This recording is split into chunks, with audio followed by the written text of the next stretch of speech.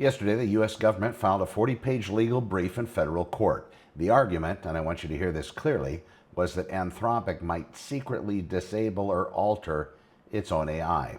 That's during active warfighting operations, if they disagreed with how it was being used. That's the U.S. Department of War, arguing that a San Francisco AI company is a potential saboteur of American military operations, in a court filing yesterday.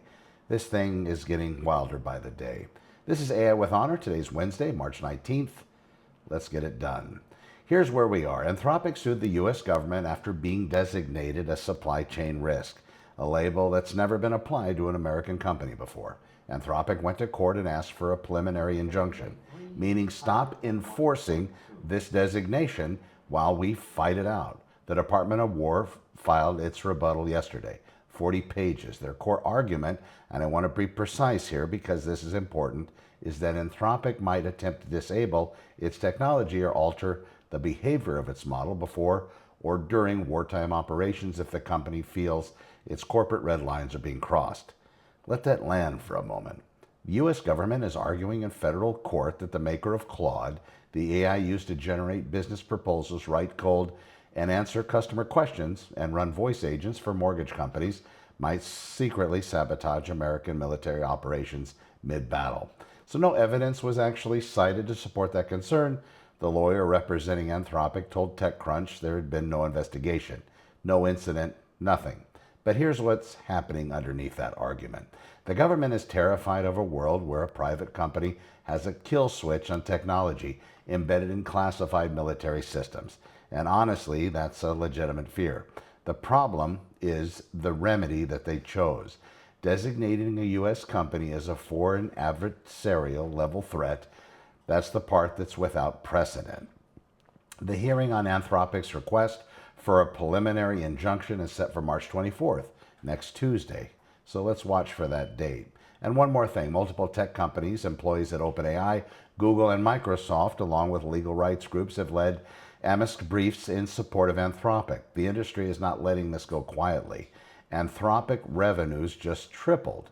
And while they're fighting the government in court, the business is exploding. Anthropic's annualized revenue recently closed at $19 billion and crossed actually $19 billion. And here's the number that should stop you cold. That's nearly triple what it was at the end of last year, up 36% in just the past 2 weeks alone off of this controversy. One source told Fortune that if you extrapolate from just the most recent week of revenue, the run rate is closer to 30 billion annualized. Think of what this means. The government tried to hurt them, and they actually turned Anthropic into one of the fastest growing companies in the history of technology. Can a guy get on lot B, please? OpenAI just gave free users a serious upgrade. So OpenAI rolled out GPT-5.4 Mini and Nano to ChatGPT free users this week. These are smaller, faster, more cost-efficient versions of the flagship model. The move is calculated. More users on the platform means more data. More data means better models, and puts competitive pressure on every other AI company trying to hold a paid subscriber base. This is also the clearest sign of what happens when AI becomes a commodity. The best tool 6 months ago is now the free version. Jensen Huang just told us that the next 5 years, what that's going to look like. GTC wrapped Monday, and now that the dust is settled, here's what actually matters from the keynote. Jensen Huang walked on the stage and said NVIDIA expects purchase orders for its Blackwell and Vera Rubin chip platforms to reach $1 trillion through 2027. Last year, that projection was $500 billion. He doubled it on stage in front of 30,000 people. The new Vera Rubin platform pairs an NVIDIA CPU with the Rubin GPU in a tightly integrated architecture built specifically for AI inference, not training, but inference. And that's the shift. The industry spent years building systems to train the AI models. Now the money is moving to running them fast, cheap, at scale, and constantly.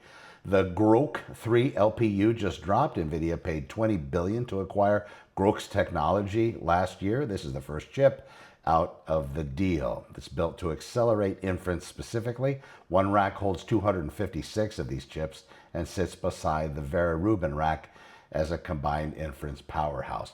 And then Jensen talked about Feynman, the architecture after Rubin, coming in 2028, built on a 1.6 nanometer process. For context, the current smallest process is 3 nanometers. This is doubling of density, more power, less heat, faster everything. Jensen also validated OpenClaw, the open source AI agent platform that went from one developer side project to the most starred project on GitHub in weeks.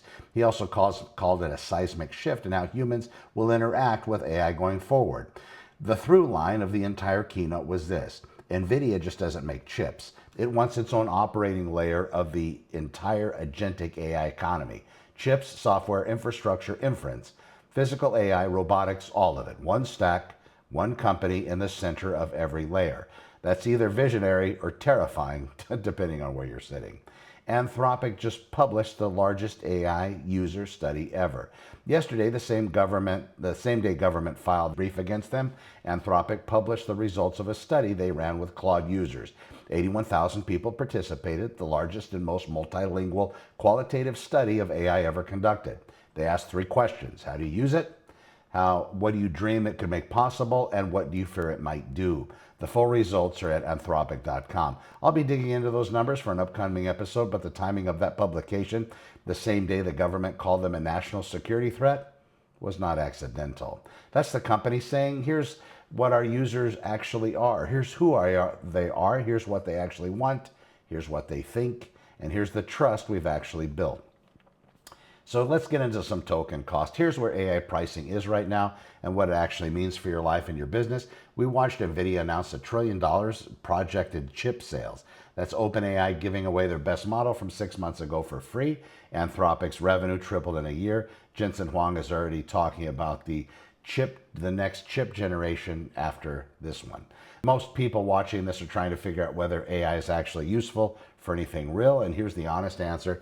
It's like the early internet in 1997. If you told a small business owner in Santa Clarita that they needed a website, most of them would have said they don't see the point. The phone works fine, the Yellow Pages ad was pulling leads, the referral network was solid. By 2005, the businesses without websites were losing ground they couldn't explain and couldn't get back. That's exactly where we are with AI right now, except the timeline is much more compressed. We're not talking about an 8-year window. We're talking about 18 to 24 months before the gap between operators who built AI and operators who didn't becomes structural, meaning you can't just close it by trying harder. When I sit down with real estate agent or mortgage companies or brokerage who want to talk about AI, the first thing I ask them isn't what tools you've looked at. It's what does your follow-up system look like 11 p.m. on a Saturday when a lead comes from your website? Because that's where the money's leaking. It's not the fancy stuff. It's the gap between where a potential client raises their hand and the human being responds. An AI agent fills that gap every time for every lead at a cost that's trivial compared to with what a missed transaction would end up costing you. The good news, the tools are better than they've ever been, cheaper than they've ever been. What NVIDIA just announced means inference costs, the cost of actually running AI responses, will keep dropping as Rubin and Grok 3 come online. It's like Moore's Law applied to intelligence instead of just transistors. The bad news is cheap and accessible means your competition has access to the same tools. The differentiator isn't the tool, it's the architecture. Just knowing what problem to solve first. It's building a system that compounds instead of one that just adds noise to your workflow. And the ugly part of it, OpenAI gave their powerful model away for free to everybody with a phone. That includes the 25-year-old agent in your market who has nothing to lose all day than to experiment. The experience gap you spent 20 years building doesn't protect you from someone with better systems. It only protects you if you have, well, better systems too. And that's a conversation I have every day. You can check out more, codedbyconnor.com. Anyway, come have it. Let's get into AI agentic in business as well. The Anthropic situation just changed what enterprise AI looks like. Here's something that hasn't been covered enough. In the wake of the Pentagon situation, Anthropic expanded its enterprise AI agent push. New Claude integrations across Slack, DocuSign, FactSec, and Gmail, all in the same week. While we were fighting the government in court, or while they were simultaneously deepening the side business tools they run on every day. This isn't by accident. I don't think anything that they do is. This is a strategy. When one door closes, build 10 more. And software stacks and stocks rebounded in the news. The market read it correctly. Anthropic losing a government contract doesn't hurt the business. Anthropic embedding Claude into Slack and DocuSign, those are integrations that will be compounding over years. Think about that from a positioning standpoint. The businesses that are winning in this environment aren't the ones chasing the loudest story. They're the ones quietly building infrastructure while everybody else watches the drama. That's the model. That's what I help companies do. AI is now buying elections. This one's definitely worth talking about because the Washington Post reported that AI company money is flooding into the 2026 midterms. One of the 20 candidates in recent Texas and North Carolina primaries who received AI industry funding. Only one lost. AI companies are not building projects, just building products anymore. They're actively shaping the political environment they operate in. The Anthropic Pentagon fight, OpenAI DoD deal, the legislation being written or not written in Washington. None of this is happening in a vacuum. There's our billions of dollars being spent to ensure the regulatory environment stays favorable. Understanding that is part of the understanding the landscape you're building in. NVIDIA is restarting chip manufacturing for China.